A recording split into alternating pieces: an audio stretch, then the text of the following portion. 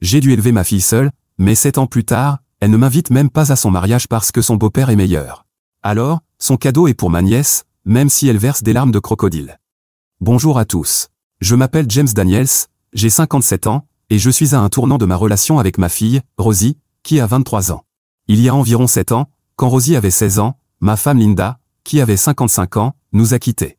Elle n'a rien dit, elle est partie sans un mot. J'ai rencontré Linda à l'université, j'avais 22 ans, et elle en avait 20. C'était une de ces histoires d'amour typiques où nous nous sommes rencontrés lors d'une soirée et avons immédiatement accroché. Elle avait un rire incroyable qui illuminait la pièce et une manière de faire sentir à tout le monde qu'il était important.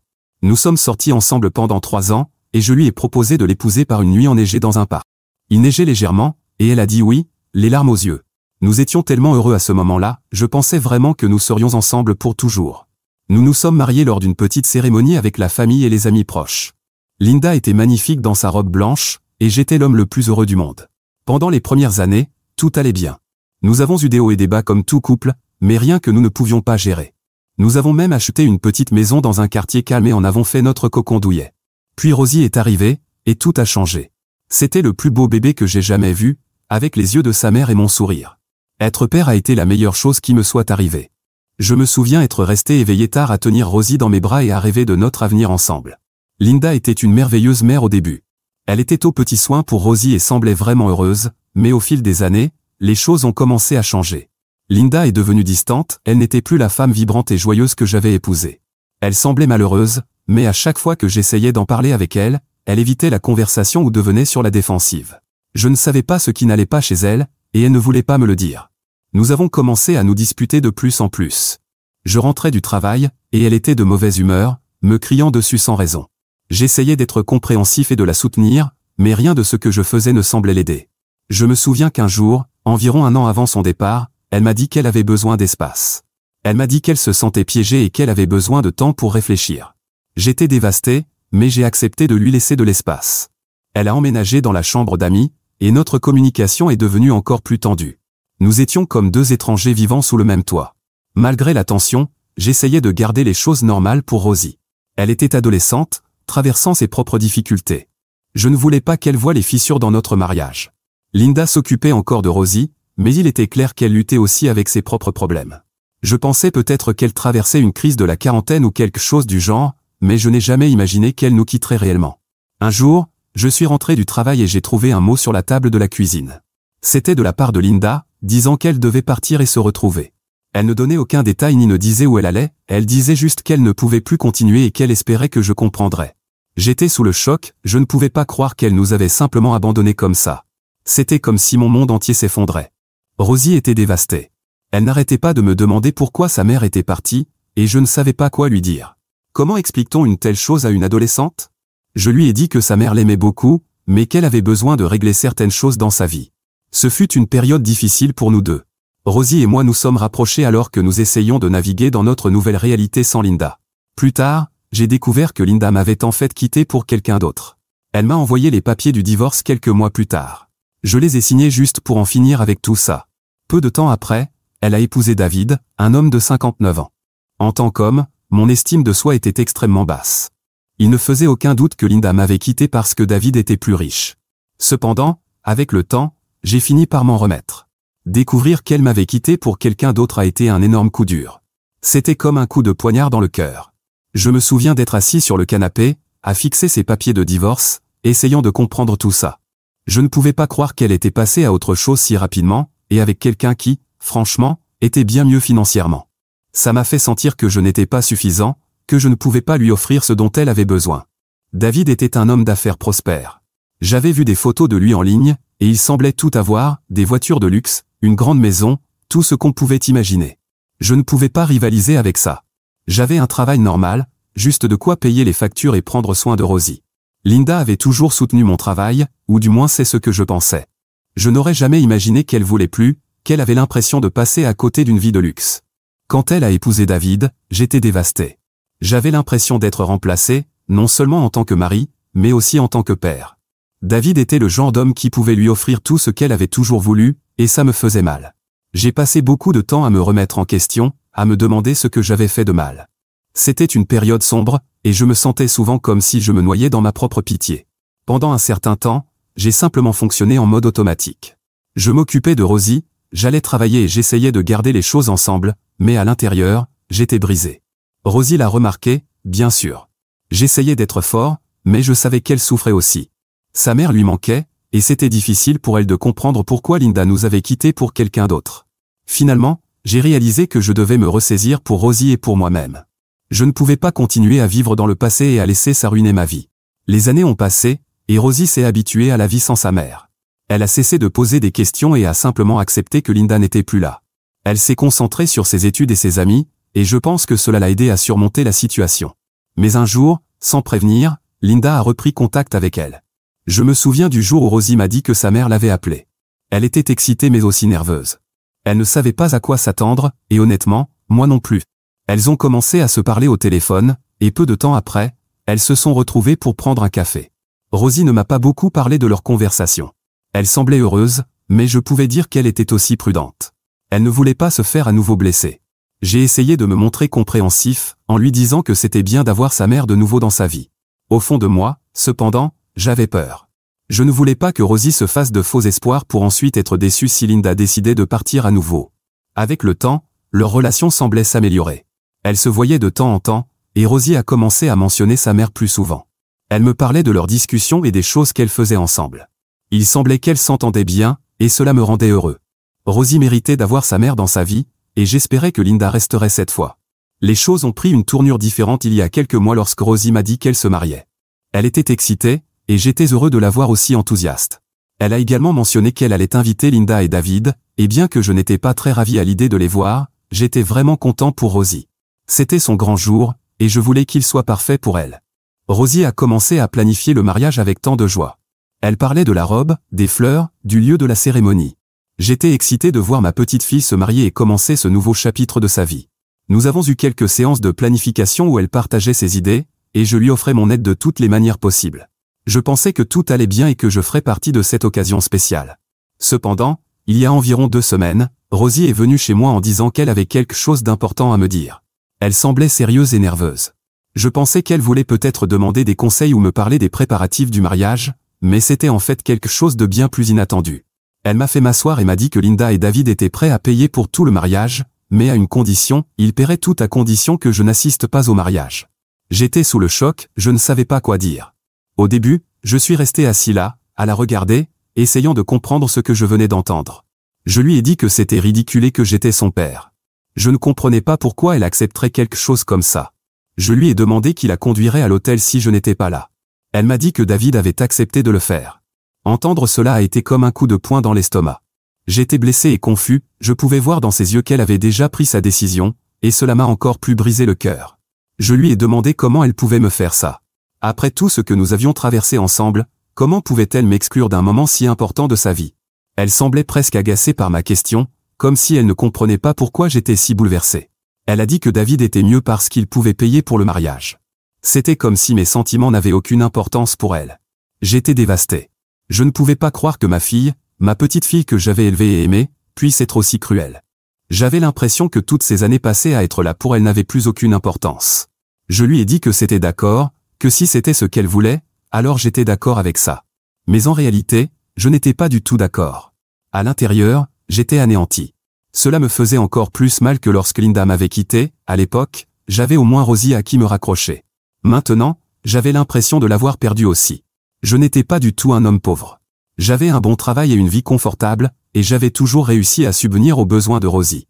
Mais je ne pouvais certainement pas lui offrir le genre de mariage extravagant que Linda et David pouvaient lui offrir. Ils avaient de l'argent et des connexions que je n'avais tout simplement pas. Cependant, j'avais quelque chose que j'avais mis de côté pour lui offrir en cadeau de mariage, quelque chose qui comptait beaucoup pour moi. Mes parents m'avaient légué une propriété dans un quartier très prospère. C'était une belle maison, bien plus belle que celle dans laquelle je vivais. J'avais toujours pensé à cette maison comme l'héritage de Rosie. J'avais prévu de la lui offrir le jour de son mariage comme une surprise. Je pensais que ce serait le parfait commencement pour sa nouvelle vie. C'était ma façon de lui montrer à quel point je l'aimais et à quel point je voulais soutenir son avenir. Mais comme je n'étais pas invité au mariage, j'ai commencé à me demander si cela avait encore du sens de lui offrir ce cadeau. Je veux dire, pourquoi donnerais-je quelque chose d'aussi précieux à quelqu'un qui ne voulait même pas que je sois présent à son mariage? Ça me faisait mal de penser qu'elle pourrait ne pas se soucier de mon cadeau, Tout comme elle semblait ne pas se soucier de mes sentiments quand elle a choisi David à ma place. J'ai une nièce, Lily, qui a 19 ans. C'est une fille adorable, et je l'aime beaucoup. Elle a toujours été là pour moi, et nous avons une excellente relation. Elle étudie dur, travaille à mi-temps, et rêve de son avenir.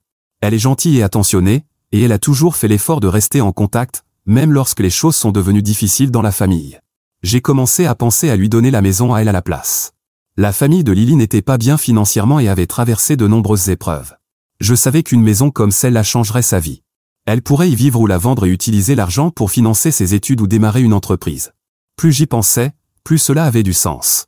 Voici quelqu'un qui m'aimait et m'appréciait vraiment et qui bénéficierait vraiment de ce cadeau. Alors j'ai pris la décision, j'ai décidé de donner la maison à Lily. Ce n'était pas une décision facile, car au fond de moi, je voulais toujours la donner à Rosie, mais je sentais que c'était la bonne chose à faire. Je ne voulais pas donner quelque chose d'aussi précieux à quelqu'un qui ne semblait pas me valoriser ou me considérer dans sa vie. Quand j'ai annoncé la nouvelle à Lily, ses yeux se sont illuminés de joie. Elle n'en revenait pas.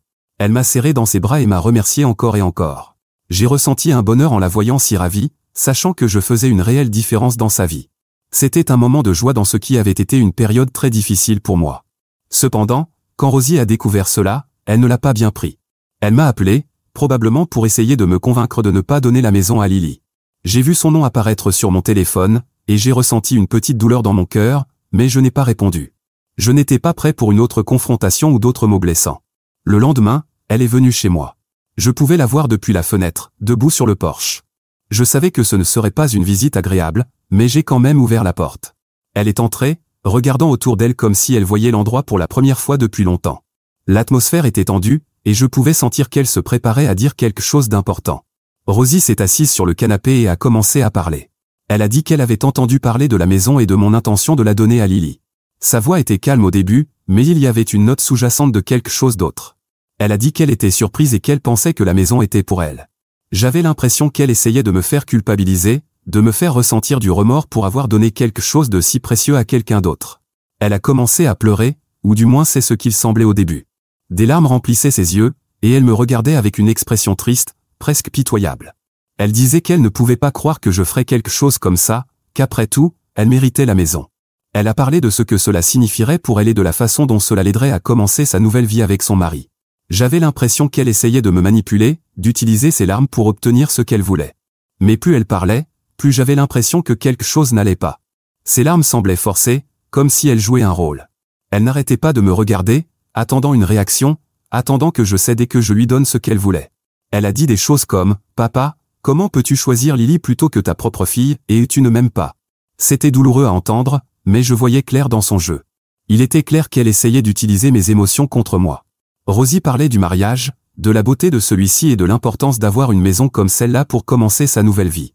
Elle disait que David et Linda essayaient simplement de l'aider à avoir le meilleur départ possible et que j'étais égoïste de ne pas soutenir ses rêves. Elle voulait faire croire que j'étais le méchant, comme si j'étais celui qui causait tous les problèmes. C'était difficile à entendre parce qu'au fond, je voulais juste la rendre heureuse. Elle continuait à pleurer en disant qu'elle ne comprenait pas pourquoi je lui faisais ça. Elle essayait de me culpabiliser parce que je ne venais pas à son mariage et que je n'étais pas celui qui la conduirait à l'hôtel. Elle a dit que je lui manquais et qu'elle voulait que les choses redeviennent comme avant, mais cela ne semblait pas sincère. On aurait dit qu'elle disait tout ce qu'elle pensait pouvoir me faire changer d'avis au sujet de la maison. Elle a même dit que je pouvais venir au mariage si je le voulais. Cela ressemblait à une tentative désespérée pour me convaincre. Elle présentait cela comme si elle me faisait une faveur en m'autorisant à assister, mais je lui ai dit que je ne voulais pas continuer ainsi. J'étais fatigué d'être manipulé et d'être traité comme une option plutôt que comme une priorité. Ce n'était pas juste une question de mariage ou de maison, c'était aussi la façon dont j'avais été mis de côté et comment mes sentiments avaient été ignorés. Mise à jour 1. Merci pour vos mots gentils. Votre soutien me touche vraiment. J'ai quelques nouvelles, et les choses ont pris une tournure assez inattendue. Après mon dernier message, Rosie a continué à m'appeler et à m'envoyer des messages pour essayer de me joindre. Elle a aussi laissé des messages vocaux, mais je les ai ignorés. Je n'étais pas prêt à lui parler, surtout après tout ce qui s'était passé. J'avais besoin de temps pour guérir et comprendre mes propres sentiments. Je pensais qu'avec le temps, nous pourrions avoir une vraie conversation, mais je ne voulais pas précipiter les choses. Cependant, les choses ont radicalement changé depuis. Rosie ne se marie plus. Il s'avère qu'elle a trompé son fiancé, et il l'a quitté. Je n'aurais jamais imaginé une chose pareille. Apparemment, son fiancé les a surpris en plein acte. Il est rentré plus tôt que prévu un jour et a trouvé Rosie avec un autre homme dans leur propre appartement. Je ne peux même pas imaginer à quel point cela a dû être dévastateur pour lui. Il les a confrontés sur le champ. Les détails sont un peu flous, mais d'après ce que j'ai compris, il est entré dans le salon et les a vus ensemble sur le canapé dans une position très compromettante. Cela a dû être un cauchemar pour lui. J'ai appris cela par un ami commun qui est encore en contact avec le cercle de Rosie. Il m'a appelé un soir et m'a raconté toute l'histoire. Il m'a dit qu'il pensait que je devais être au courant, vu tout ce qui s'était passé avec le mariage et la maison. J'étais stupéfait. Je ne savais pas quoi penser ni comment me sentir. D'un côté, je me sentais mal pour Rosie, car je savais que cela devait être incroyablement douloureux pour elle. D'un autre côté, j'étais aussi en colère et déçu. Elle avait pris de si mauvaises décisions et blessé tant de personnes, y compris elle-même. Apprendre ce qui s'était passé m'a fait ressentir beaucoup d'émotions contradictoires. J'étais profondément triste parce que, malgré tout, Rosie reste ma fille, et je ne veux pas la voir souffrir. Cela m'a aussi fait réfléchir à comment les choses auraient pu être si elle avait fait d'autres choix, si elle avait traité les gens avec plus de respect et de gentillesse. J'ai fini par lui envoyer un message en lui disant que j'étais attristé d'apprendre ce qui s'était passé et que j'espérais qu'elle allait bien. Je n'ai pas mentionné la maison ni le mariage. Je me suis juste concentré sur le fait de lui montrer que je me souciais de son bien-être.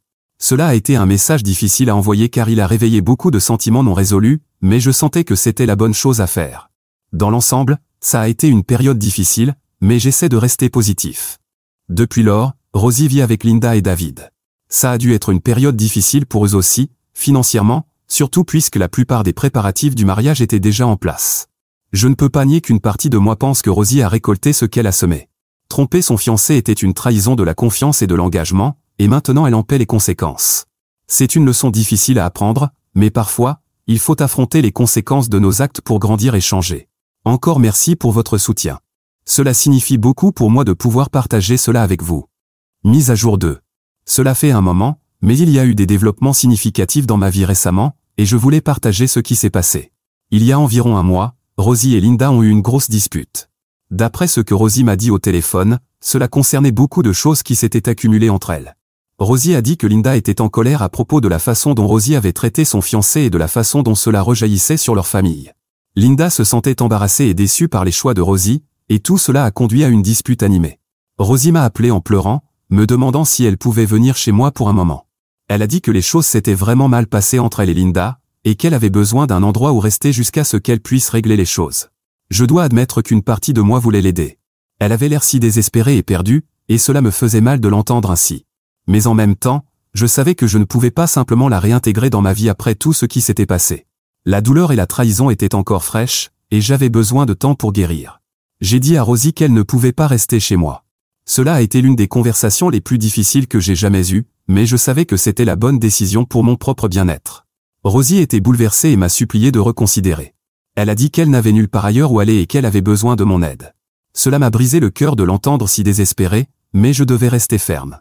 J'ai expliqué à Rosie que même si je me souciais d'elle et que je voulais le meilleur pour elle, je ne pouvais pas être celui qui la soutiendrait en ce moment. Je me sentais coupable de ne pas pouvoir aider Rosie quand elle en avait le plus besoin.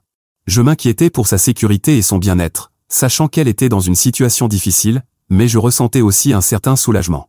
J'avais tenu bon et j'avais priorisé mes propres besoins, même si c'était incroyablement difficile. Depuis, Rosie vit chez une amie depuis environ une semaine. Elle a contacté d'autres membres de la famille et amis pour essayer de trouver un endroit plus permanent où vivre. C'est une situation difficile pour tout le monde, et j'espère qu'elle pourra trouver le soutien et la stabilité dont elle a besoin. Quant à moi, je passe du temps avec des amis, je poursuis des passe-temps qui me rendent heureux, et je réfléchis à ce que je veux pour mon avenir. C'est un processus, et il y a des bons et des mauvais jours, mais je prends les choses un jour à la fois. Je sais que certaines personnes pourraient penser que j'ai été trop dur en ne laissant pas Rosie rester chez moi. Elles pourraient dire que la famille doit toujours se soutenir, surtout en période de besoin. Et bien que je comprenne cette perspective, je sais aussi que parfois, l'amour dur est nécessaire. J'avais besoin de fixer des limites pour mon propre bien-être émotionnel, et cela signifiait dire non à la demande de Rosie. Mise à jour 3. Il ne s'est pas écoulé beaucoup de temps depuis ma dernière mise à jour, mais il y a eu un nouveau développement que je voulais partager avec vous. Il y a quelques jours, quelque chose d'inattendu s'est produit. Rosie est entrée chez moi. Elle a pu le faire parce qu'elle avait encore la clé de secours que je lui avais donnée il y a quelque temps, en cas d'urgence, avant que tout ne s'effondre entre nous. Quand je suis rentré du travail, je suis entré dans le salon, et là, elle était assise sur le canapé. J'étais choqué et je ne savais pas quoi dire au début. Je lui ai demandé ce qu'elle faisait là, mais elle semblait déterminée et refusait de partir. Elle a dit qu'elle n'avait nulle part où aller et qu'elle avait besoin d'un endroit sûr pour rester. Il était clair qu'elle était dans une situation difficile, mais je n'étais pas prêt à ce qu'elle débarque comme ça. J'ai pris une grande inspiration et j'ai essayé de rester calme, mais je savais aussi que je devais établir des limites. Je lui ai dit fermement qu'elle n'était pas invitée chez moi et qu'elle devait partir. Je lui ai rappelé que je lui avais déjà dit qu'elle ne pouvait pas rester avec moi auparavant et que cela n'avait pas changé. Rosie a commencé à argumenter, disant qu'elle n'avait nulle part où aller et qu'elle avait besoin de mon aide. Elle m'a supplié de la laisser rester un moment, le temps qu'elle trouve une solution. C'était difficile de la voir ainsi, désespérée et vulnérable, mais je savais que je ne pouvais pas la laisser me manipuler pour qu'elle reste. Au fur et à mesure de la conversation, elle est devenue plus insistante et émotive. Elle a essayé de me culpabiliser, disant que je l'abandonnais alors qu'elle avait le plus besoin de moi. C'était douloureux à entendre, mais je devais rester ferme. Je lui ai dit que si elle ne partait pas volontairement, je serais obligé d'appeler la police. Une fois que Rosie a compris que j'étais sérieux et que je ne la laisserais pas rester, elle a pris ses affaires et a quitté ma maison. Je pouvais voir la déception et la douleur dans ses yeux en faisant ses valises. Ce fut un moment difficile pour nous deux, mais je savais que je devais rester ferme dans ma décision. 1 minute après son départ, la sonnette a retenti à nouveau. J'ai hésité à répondre, mais j'ai vu à travers le Judas que c'était Rosie. Elle m'a demandé si elle pouvait au moins entrer pour récupérer certaines affaires dans sa chambre. Je ne voulais pas prolonger la situation, alors j'ai accepté à contre-séure. J'ai attendu en bas pendant qu'elle montait dans sa chambre. C'était surréaliste de savoir qu'elle était chez moi, même si ce n'était que pour quelques minutes. Une partie de moi voulait lui parler et essayer de comprendre ce qui se passait dans sa tête, mais je savais que ce n'était pas le bon moment. 5 minutes plus tard, Rosie est redescendue avec un petit sac de ses affaires et est partie. Je sais que certaines personnes pourraient penser que j'aurais dû laisser Rosie rester ou que j'ai été trop dur dans la manière dont j'ai géré la situation. C'est difficile à naviguer, surtout quand cela implique la famille et que les émotions sont à vif, mais lui permettre de rester n'aurait fait que renforcer son comportement. Mise à jour 4. Récemment, certains de mes proches ont trouvé ce fil Reddit et l'ont montré à Rosie. Elle était contrariée que j'ai partagé nos problèmes familiaux avec des inconnus sur Internet. Elle m'a confronté à ce sujet, exprimant sa colère et sa déception. Elle sentait que je l'avais trahi en exposant nos problèmes privés dans un forum public. J'ai essayé d'expliquer à Rosie que j'avais décidé de partager mon histoire comme un moyen de traiter mes émotions et de chercher du soutien auprès d'autres personnes ayant vécu des expériences similaires. Je lui ai dit que je ne ressentais pas le besoin de justifier à quiconque le fait de partager mes propres sentiments et perspectives. Concernant Rosie, j'ai une bonne nouvelle à partager. Elle a réussi à trouver un appartement, un petit studio à environ 25 minutes de chez moi. Ce n'est pas loin, mais c'est une étape vers l'indépendance et la stabilité pour elle. Je suis content qu'elle prenne cette initiative et qu'elle trouve un endroit à elle où elle pourra commencer à reconstruire sa vie. Sur une note positive, j'ai emmené ma nièce Lily chez mes parents pour lui montrer la nouvelle maison.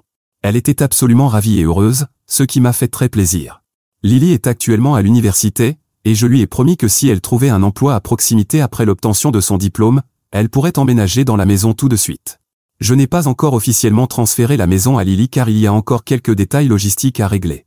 Je veux m'assurer que tout est bien organisé et qu'elle n'aura pas à s'inquiéter des taxes ou d'autres formalités légales liées à la propriété.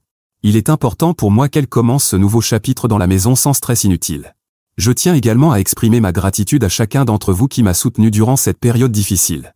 Mise à jour 5. C'est étrange de voir que presque 4 ans se sont écoulés depuis la dernière fois que j'ai posté ici, mais je voulais le faire parce que je suis très heureux du mariage de Lily. Lily s'est mariée le week-end dernier, et elle l'a fait avec un homme qui semble l'aimer et la respecter, ce dont je suis très heureux. J'ai été invité au mariage, donc c'était agréable. Je ne l'ai pas conduite à l'hôtel, c'était le rôle de son père. Je ne vais pas mentir, j'aurais aimé accompagner quelqu'un à l'hôtel, comme je vais en parler à propos de Rosie plus tard. Mais en même temps, son père, mon frère, est un bon père pour elle, et il méritait cet honneur. Maintenant, ils vivent dans la maison que je lui ai laissée, et ils sont très heureux. Beaucoup de gens avaient mentionné dans certains commentaires, que j'ai lu avant de faire cette mise à jour, que j'aurais pu emménager dans la maison. Mais bien qu'elle soit plus belle et plus luxueuse que celle que j'ai, elle est trop grande pour moi tout seul, et elle est un peu loin de mon travail. Donc, si je ne l'avais pas laissée à Lily, j'aurais probablement fini par la vendre ou la louer. Heureusement, la maison est allée à quelqu'un qui en fera bon usage, et je n'ai pas besoin de l'argent. De plus, elle m'a dit qu'elle prévoyait de la remplir avec au moins 3 enfants, ce qui me rend très heureux. Quant à Rosie, elle s'est mariée avec un autre homme que celui qu'elle allait épouser quand j'ai fait mon premier post.